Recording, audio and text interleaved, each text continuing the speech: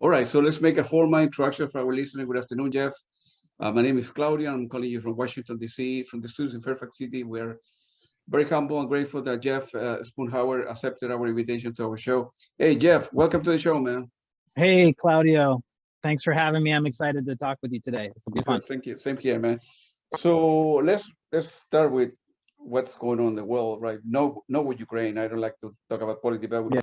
with the COVID and the pandemic last 2 years, people working from home. If you're a touring musician, you cannot tour, you cannot make money, and that kind of how COVID and the pandemic affected your personal life, Yeah. your sanity. How you holding up, man? I'm holding up pretty well now. I feel like we're sort of coming out the other end of the tunnel, you know. Yeah. It's April 2022, so just about, yeah, a little over 2 years. Yeah, I mean, just like with everybody, it was a huge challenge. So yeah, I mean, so I have 3 kids. I have like a really busy career as a video game developer. I also teach. I'm a professor at the University of Notre Dame. So that's why I live in northern Indiana. That's the reason why I'm What do you teach? I don't mind. So I teach computer animation. I teach sound and music production. Yeah, like animation history, which is kind of, we can talk about that, but that's where what my background is in. Yeah. But yeah, so when the pandemic hit, it was crazy because I mean I was teaching, and then it was spring break at Notre Dame, and then all of a sudden the president of the university sends an email out basically saying no one come back to campus. Like there's this global health pandemic, right? So all of the students just never came back.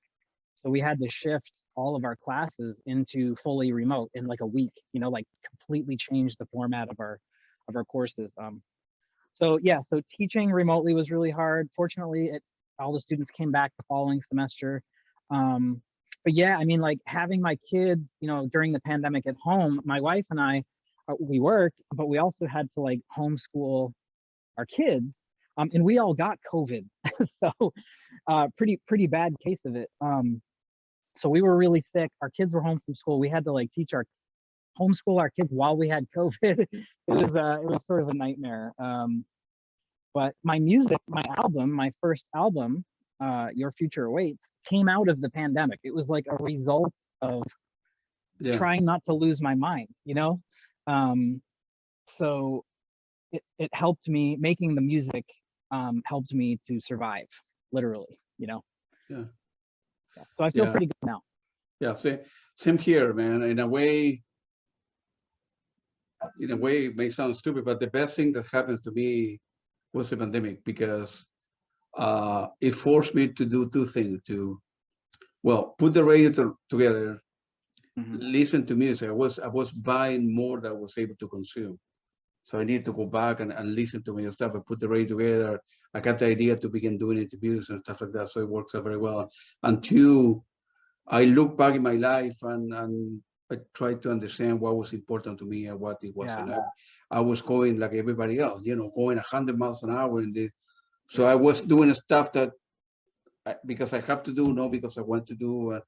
And I slow down and smell the roses, so to speak, and say, man, I may die. So, if I die, when I listen to this album or family or whatever, So it's in a ways, we all reflected, hit the brake and see what is important. We live in crazy time, and well, looking back now 2 years, happy to be alive, man. Happy to listen to music and happy to you talk look pretty to you. good. Yeah, you look good. I think Yeah, you did well. Notre Dame is a very good school, man. I went to schools in Illinois, Boston, and here as well. So. Oh, cool. Yeah, it's a good place. I love teaching my students, and they give me the freedom to work on a wide variety of like creative work. So like I make music. Like I said, I work for a really great game studio remotely called Cloud Chamber, which is owned by 2K. So I do that. I teach. I do all these things, and then that's another thing that the pandemic changed, completely upended how technological work is done. Right. Yeah. I mean, in the games industry, prior to the pandemic, remote work was like nobody was working remotely. It wasn't even an option. But then the pandemic hit, and it's like, well, the studios have to keep making games, right? Yeah, So they yeah, had to very quickly transition into having, full hundreds of people working on a development of a game work remotely. So the pandemic, while it was horrible, right, for everybody, it was great for that one reason, is like, now I can work for like world-class video game studios from home, and I don't have to move to LA or, San Francisco, or, a really expensive part of the country. So that was interesting. Yeah. yeah. And what do you do? You need to do you edit stuff and put music into Yeah. No, so like my background is more in animation. So yeah, so animation? I've been working in games for 20 years. Started off as an animator at Electronic Arts. I've done a lot of like cinematic animation and direction, so like kind of like the movie style content in the games. Yeah, Done a lot of sound design. Worked at Sony for a while. Used to work at 2K. But yeah, so the team I'm on now is is sort of like the top secret BioShock team, if any of your listeners are like familiar with those games. So yeah, so I'm a cinematic designer. So I work with a small group of people, and we sort of design all the moments in the game where the story is being told, right? So got you. yeah, Very it's cool, really man. cool. It's a good gig. Very And then cool. yeah, Very all cool. the music stuff on the side is the stuff that I do musically is just sort of for fun, and Yeah. because I enjoy it. How were you born like in a musical family? I mean, how old were you when you began? I don't know, taking piano lesson or guitar lesson. Yeah.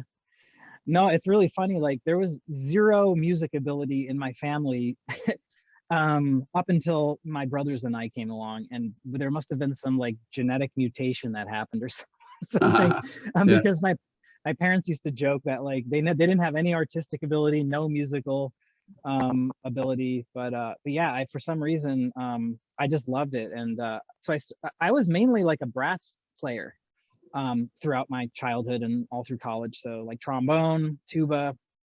I was really into jazz, really into like big band jazz and improvising, like jazz soloing. But also did a lot of stuff like wind ensembles and drum and bugle corps and marching band and stuff like that. So I was a hardcore like band nerd. Yeah. Growing up. Yeah. And then what kind of music were you listening when you were like, I don't know, in high school? What you knew Yeah. who I don't know, Pink Floyd was, or Yeah, Led yeah. Zeppelin or Genesis? Or... Yeah, so I was like really through my dad. So my dad was really into progressive rock. So he had like a really great vinyl collection. So my two brothers and I, my dad would have music on a lot, when we were growing up. So well, he played a lot of Beatles, and of course that's not progressive rock. But so the Beatles, tons of Genesis, Yes, Wow. Peter Gabriel, Rush. I'm probably like the biggest Rush fan in the world. Good for you, man. So lots of like different type of rock and like synth-driven rock, bands that were sort of breaking the rules musically within rock and roll in like the late 70s, 80s, mid 80s. Yeah. So yeah, a lot of that kind of stuff. And then also like I was super into like 20th century orchestral music and film scores. Yeah. So like Jerry Goldsmith, John Williams. Yeah, so that's sort of like what I grew up listening to, and then it evolved into other things. Good for you. I was in I took a week off last week, and I went to London, and I saw well, three great bands. I saw Led Zeppelin. No, not Led Zeppelin. Tangerine Dream. I saw nice.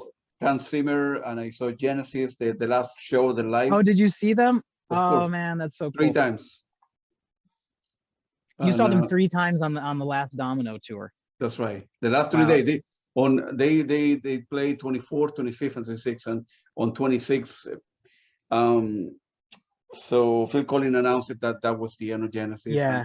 And everybody knew that was the last one. So yeah, they changed the advertising to be the last domino question mark to an exclamation. So they, some people got it, some people don't. But yeah, that's really. Phil Collins has always had a really dry sense of humor too. He's like a real it was great. guy. I mean, I'm very fortunate to have seen them and the last 2 shows. And Hans Zimmer music is great. I mean, I love film score. I like more the stuff that I like is called more the electronic stuff. They're like more drama or Right. or horror or that kind of stuff where there's a lot of keyboard behind that more than seeing comedy from score. But Yeah, of course. Yeah. Yeah, that's really great that you saw Hans Zimmer live, right? Is that what you said? Yeah, of course. Yeah. Of yeah. course. A long time ago, I saw, this was maybe, gosh, 20 years ago, I saw John Williams conducting live, and I saw Jerry Goldsmith and at the Hollywood Bowl in LA conducting you, like a full orchestra. And he passed away, I think, in 2003. Yeah. And I saw him in 97 or 98, and that was a real treat, man. He's unbelievable. Yeah. He's unbelievable. So yeah. So which happened with your dad? Which happened with your dad? Progressive rock collection, right? Well, my dad is a physicist of all things, but I don't know, like he was really into like Steve Winwood and the Byrds, and that's just the stuff, Billy Joel, listened to a ton of Billy Joel as a kid. Wow. Yeah. Yeah, I don't know where his interest in that came from, but I think he just because he wasn't a musician or anything. I think he just was into that stuff, and he used to jam around the house, dancing around and stuff. Quite sure your dad has a lot of stuff there, man. You got to listen to stuff, It's good way, man. Yeah, thankfully he wasn't playing like, I don't even know what, like really terrible music back in the 80s when I was very impressionable. He was playing good stuff. Yeah. Yeah. No, I completely agree, man. That's the best music in the world, man. It is. So you've been working in the video game industry since 2002, man. As an art director for Sony and a video editor. And feel free to elaborate on what you do before, we talk about music and stuff like that. Sure. Yeah. So I started like basically straight out of graduate school, went to grad school for computer animation. Yep. And then my first job out of grad school was I was an animator at EA, at Electronic Arts. It was kind of like I was really interested in feature animation and visual effects and video games, and I was sort of, I was only 24 years old at the time, long time ago. So I had to kind of choose, what career track do I want to go down? And at the time, video games was really, really exciting because the industry was just exploding. This was like the first Xbox, not Xbox One, like the original Xbox, and PlayStation 2 had just come out. So, I mean, the industry was just growing leaps and bounds. And so it was a really exciting time to be in video games. So I sort of chose to explore that career, and that's what I've been doing ever since. Again, like worked at EA, worked at a studio called Volition. They're actually in Champaign, Illinois. Yeah. They do like the Saints Row games. So I worked on a few of those. Done a lot of like full-time freelance, like contract work for Sony as an animator and like a cinematic director. So I worked on one of the Uncharted games,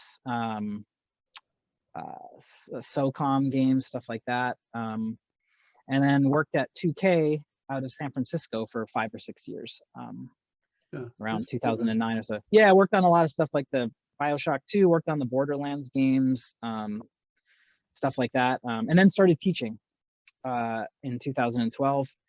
And I've just been sort of working on some, in addition to my teaching, just working on some really cool game projects since then. And then music kind of started up, that whole thing, electronic music. How you went from video editing and animation to music? Were you listening? What kind of music were you listening? Yeah. A lot of electronic music or? Yeah, so it's kind of a funny thing. I mean, so like we talked about progressive rock and music that I grew up in as a kid in like the 80s listening to. There's just a ton of synthesizers in the music, and they were popular at the time. And I mean, I didn't know where those sounds were coming from as a kid. I didn't know like, oh, that's an Oberheim OBXA, or that's a sequential Pro 1 or whatever. I didn't know any of that stuff. But I love that sound, and I loved the sound of synthesizers. Wendy Carlos, the composer, really amazing stuff. So around 2014, 2015, I was doing sound design work for a video game, and I just bought a Roland synthesizer to do sound design work with. Never owned a synthesizer in my life, had no idea how to use them. Nothing about the, totally clueless. But I bought the synth, and it came with a copy of Ableton Live Lite, which was like Ableton's free version of their music production software. And again, I didn't know anything about music composition production, but I started goofing around with my Roland synth, and I started messing around with Ableton. And you know, over the course of 4 years or so, I just started teaching myself how to compose music and how to produce music, and I just loved it. And I kept kind of getting better at it. Like, you know, I would write these little songs and these little, actually started writing like Nintendo style chiptune, like 8-bit music, to teach myself, you know, 4-part structure with songs and figuring out how to structure songs and stuff. And I just kind of stuck with it, and I was having so much fun. And the songs were getting more complex, and you know, the orchestration and the instrumentation was getting more complex. And I just got to the point, like in 2019, where I'm like, I'm just gonna make an album. You know, never done it before. What the hell? Why not? Yeah, so I sort of committed to it, and I started writing songs, and you know, the pandemic hit, and then I'm like continuing to work on what would become my debut album, Your Future Waits, was sort of the growth of that initial exploration, right? And so I just committed to it, and I enjoyed it, and I finished the album and released it in summer of 21. So that's kind of the backstory. I listened to that on Bandcamp. We'll talk about the album a little bit, but it's a very good album. I mean, Thank you. I'm happy you did it. Number one, I'm happy that people like the stuff. You know, sometimes in life you do things for money. You want to get paid, and you need a real job. And you know, you know, when you're not working, you do things that you like it, and if it works out well, that's great. You know? Yeah, and the music was never like, so one of my kids is rolling around on the floor behind me. I don't know if you can see her.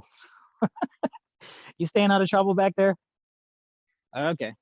Yeah. You're just waiting for me to be done, right? That's the kids are always waiting for dad to be done.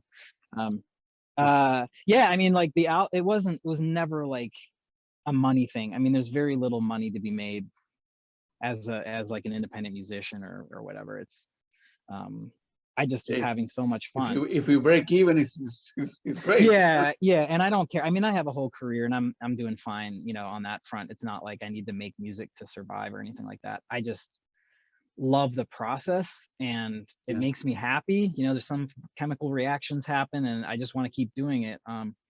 Yeah, and it was crazy because like the album came out and people liked it and they were buying it. I mean, it was like the most humbling thing, you know, like when people spend money on something that you create, it's really pretty amazing.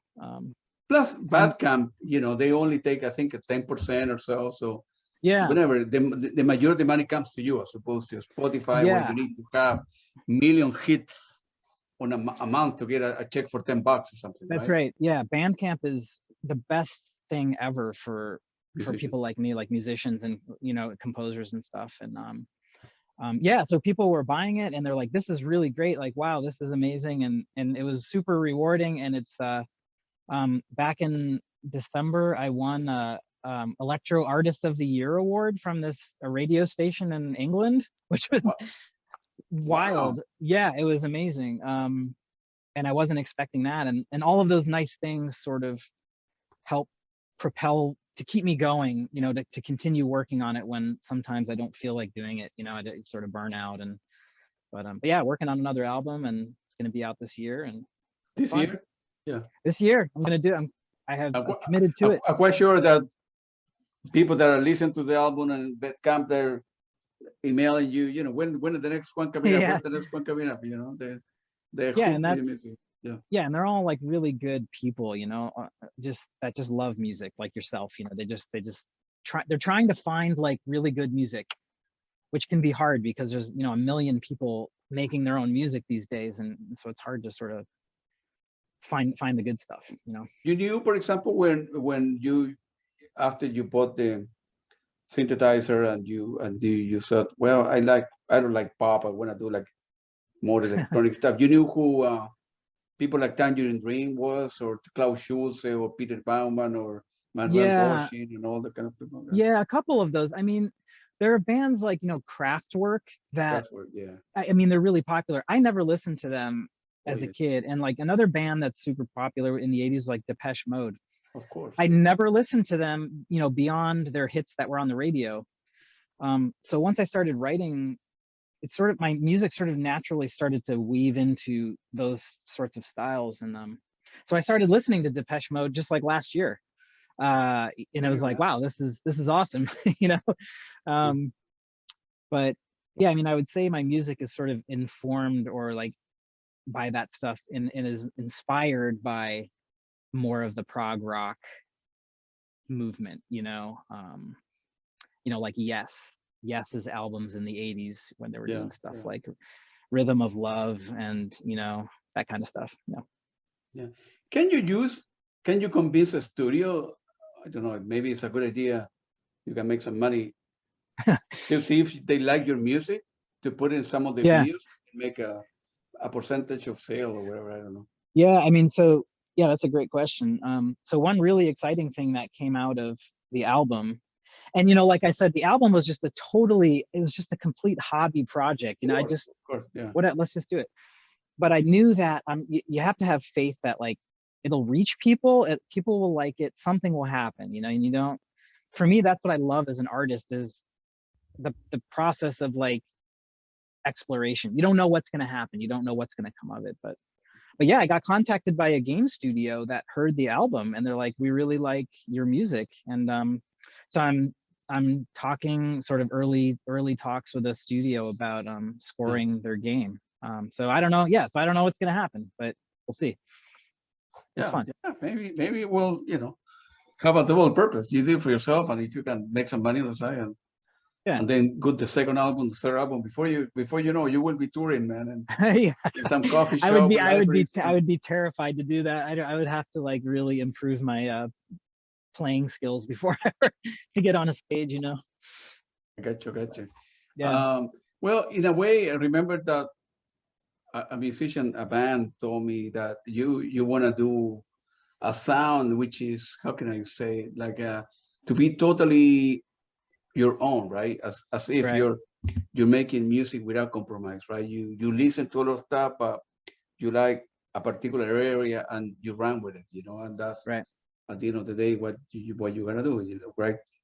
You like music because you have to do it. You have no choice. You want to do it for yourself, and at the Yeah. same time, if you put it up there, Bandcamp, hey, I'm doing it because I did it. And if now like a ripple effect, if people buy your stuff and somebody else Yeah. can use it, that's even better, Yeah. And it's like something, I mean, I don't know how I would imagine other like musicians and music producers and stuff feel this way, but I just feel compelled to do it. And I sort of have to force myself to do it, you know. So I have to get up early every morning, and I put in little pieces of time before my kids get up, before I got to take my kids to school. I stay up at night, I get up early on the weekends. It's kind of like you have to like be really, really disciplined to do it, really, at any age. It doesn't matter if you're in your 20s, 30s, 40s, 50s. I have to treat it like a job where I show up, even if it's going to be an hour of time in an entire day. I try to write a couple bars. And over a year or two, all of those little pieces of time add up, and you're like, oh my God, I finished a whole album. How did I do that? Baby steps, yeah, absolutely. Baby steps. Yeah. Yeah, for sure. Yeah, I did the same with the interviews, man. I as I was growing and more people were contacting me and blah blah blah. Yeah. It sounds crazy to some people, but I woke up at 4 o'clock in the morning or 1 o'clock to do an interview with somebody in Australia or Japan, and either you want to do it, you don't, right? So nobody forced me to do it. I really want to do it. And I want to talk to this guy because I like the music of this band, and I woke up at 4 o'clock in the morning, 5, and I went to work, and yeah. it was I mean, fine. it just takes effort. You have to put effort into if you want to accomplish anything. You need to be disciplined, Yeah. Get on the cell phone, forget about social media, Facebook. Yeah. Either you want to do it or you don't. There's nothing in between, Exactly. Yeah. I mean, well, and you mentioned social media. I mean, that's like a double-edged sword. I mean, I don't do a lot of social media personally just because I don't have time, but as a musician, you have to do it. Like, it's a really important marketing tool. Yeah. You know, so and it's a great way. I have found Twitter especially, there's just a really great community of musicians and people that love this type of music, Yeah. that it's a great way to like get to spread the word about what you're doing. Yeah. But yeah, social media is a can be a time sink Well, if it's you're not source, careful. right? Yeah, that's right. It's like you marrying the devil. Yeah, you are. Yeah, I'm not. I have my own opinion about social media. That's. Yeah. I mean, a little bit. I suppose. I don't know, half an hour a day or 20 minutes a day, whatever it is, okay. But some That's people fine. spend hours a day in Facebook or that. I don't know how they manage their life or whether they have jobs or not. That's a waste of time, man. You know. Yeah. And then you could be doing other things that are productive, right? Importantly, you know, some people don't have kids or whatever, I suppose. But all right, so I want to bring your attention to a couple of tracks. They meet the horizon from the album Your Future Awaits. Feel free to elaborate how that particular piece came together and then how the album came together. Yeah, sure. I have to remember back to 2019, which is when I started doing it. I mean, because like writing this album, like I said before, was like a really long process of little bits of time. It wasn't like, you know, the whole thing came together in 2 months, because I can't work full time on my music. I have to squeeze the time in when I can. But yeah, so the first track, Meet the Horizon, that was one of the earlier tracks that I wrote. And you know, the first track on an album is really important because people are gonna, you know, on Bandcamp or whatever, on Spotify, they're gonna sort of play the first 10 seconds or 15 seconds and be like, is this crap, or is this gonna be something, you know, that I want to listen to? So I felt like that song was a really good song for the opening of the album because it has a certain feel and a tone and it places itself in time. The sound of it has sort of a retro feel. So that's kind of why I started with that, and it has sort of that retro feeling to it. Yeah, that's a great track, man. Thanks. Yeah, and my process is, and I don't know how anybody else works, but what I like to do is take my time and I'll work on a song for like 3 days, right? And what that means is I'll just write like a couple really basic chord progressions. That's it. But I try to get something that makes me feel something emotional, right? So I'll write 4 bars, 8 bars over the course of a couple days, 16 bars, move on to the next song, a totally new idea, right? So I'll do that 10 or 12 times until I've got a bunch of songs in really rough form. And then I'll loop back a month or 2 later to song 1, and I'll be like, oh yeah, and I come back to it with fresh ears and I'll improve it, and then I'll go through all the songs, and then another month and a half later I loop back around to song 1. So that's how I do it, is I give myself a lot of time, and every time I loop back to that song that I had worked on, I've almost forgotten about it, like so I'm hearing it like someone would be hearing it for the first time. And so I just keep improving things over the course of a year or year and a half. So it's very iterative, right? Yeah.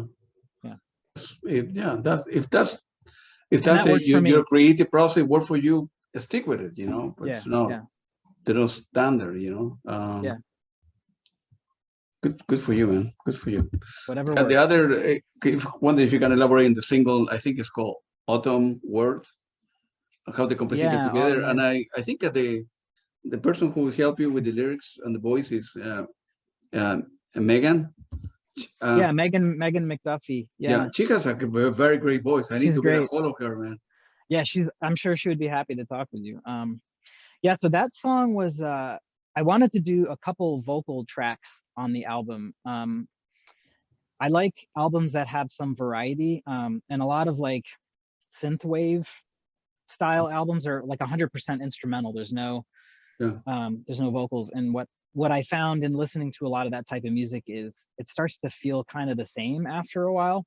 So a couple of the tracks on my album are just me singing, with vocoded effects. But I wanted to work with two really good like professional vocalists. It was just something I wanted to do.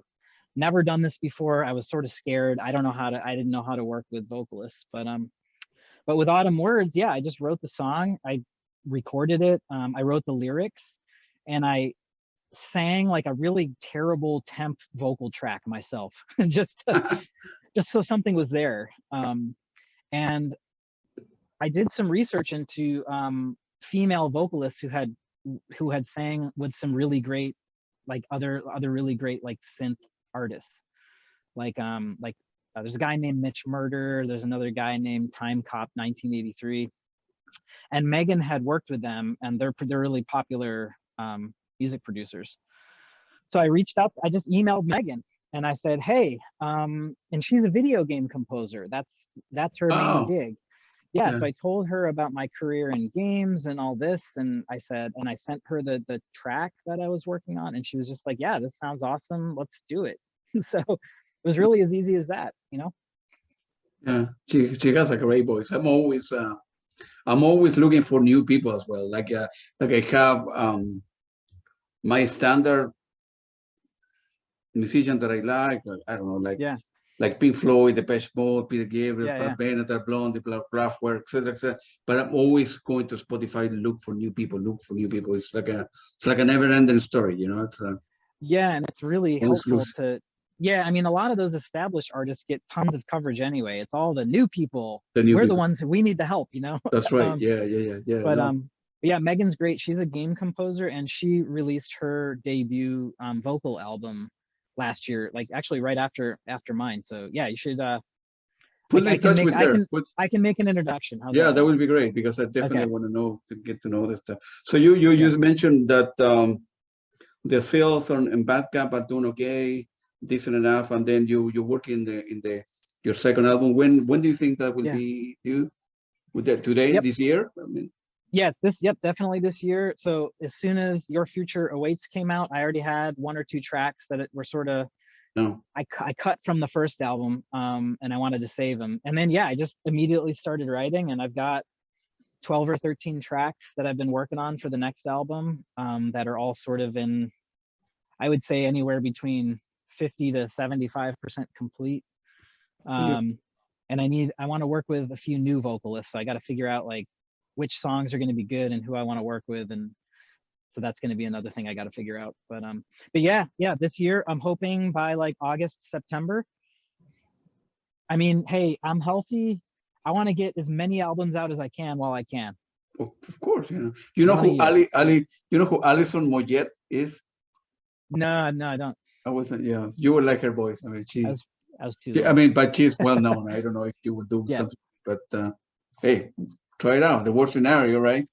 I mean, look at, right? Like, the bands as far as the vocalist goes. Yeah. Yeah, you should email me the information on that. Yeah, I will. Yeah, she's. Some people are, in general, nothing to do with music, they're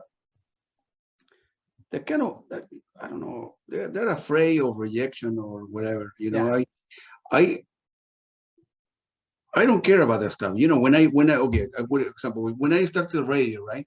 Yeah. Nobody was listening to the radio. I have a lot of music. I was paying music right and paying for the server. I was everything doing by the book. I'm sending email to people and nobody was replying.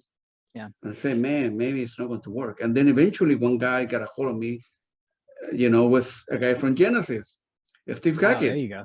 And then I say, man, I want to do something great. I want to promote music. My rates are free.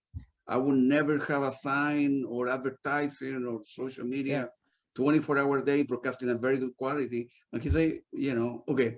And then another one, and then another one. And I kind of like now it's a lot easier, right? Because I have done a lot. I have a lot of musicians. Yeah. People say, hey, if you like this band, you should, talk to Peter who play with that band because they're great, or Mary or whatever, and little by little, and people are, you need to be progressive and aggressive and then go for it, man.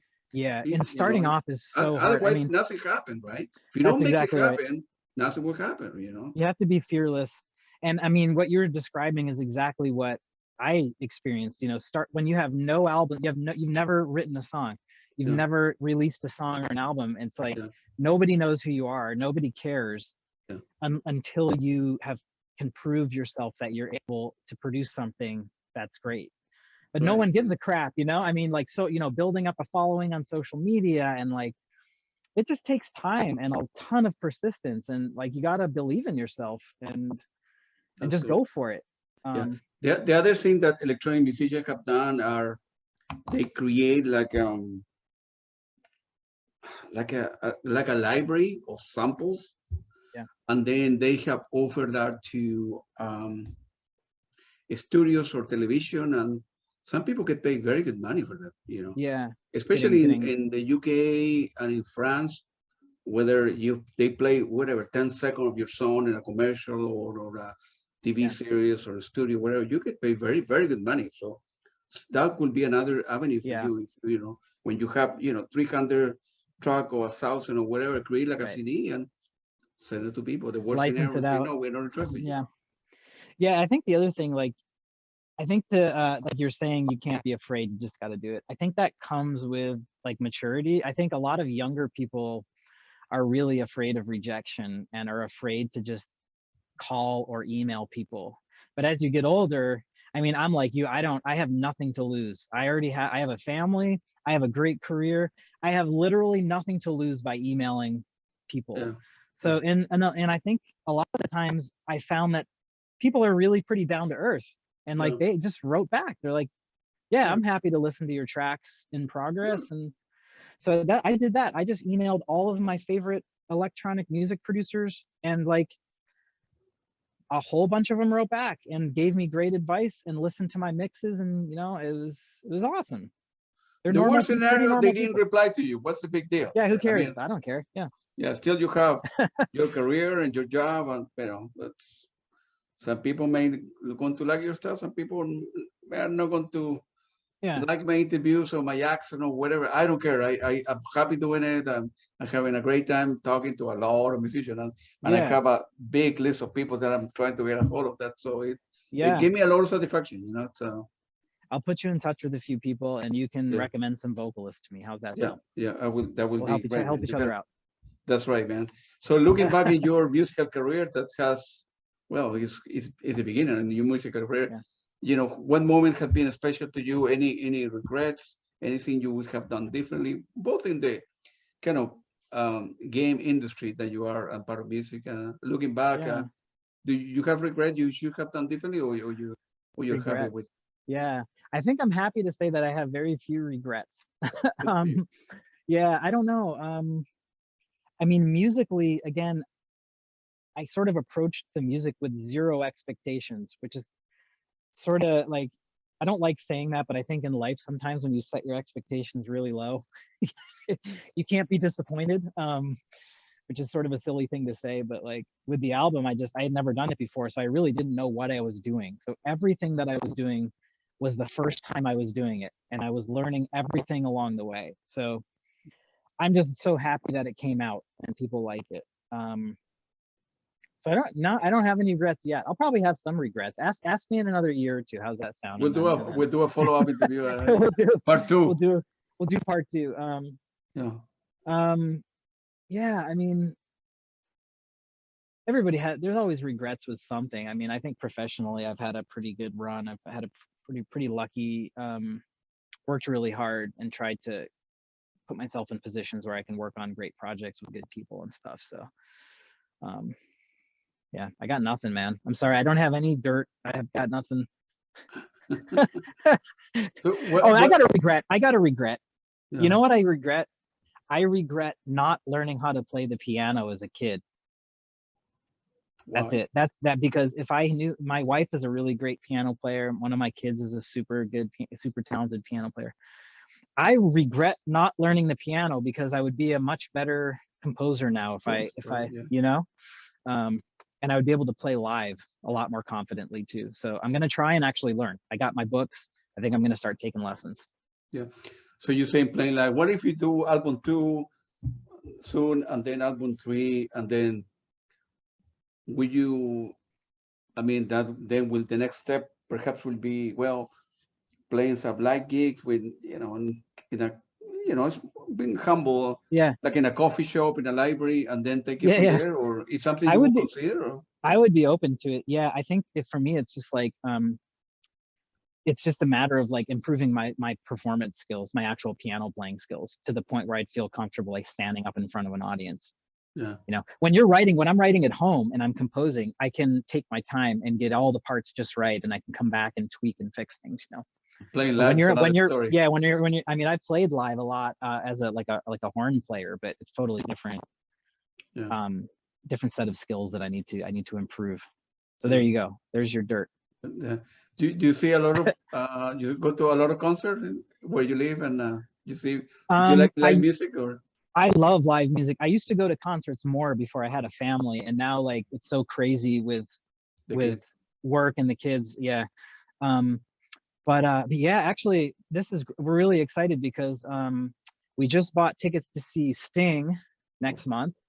So we're going up to Grand Rapids, Michigan, taking the whole family. We're all going to go. Yeah. We're going to see Sting because we listen to him and the Police all the time at home. And then Billy Joel is playing actually on campus at Notre Dame Stadium this summer. So we got like front row tickets for the whole family to see Billy Joel. So good for you, man. Yeah, so we're pretty excited about that.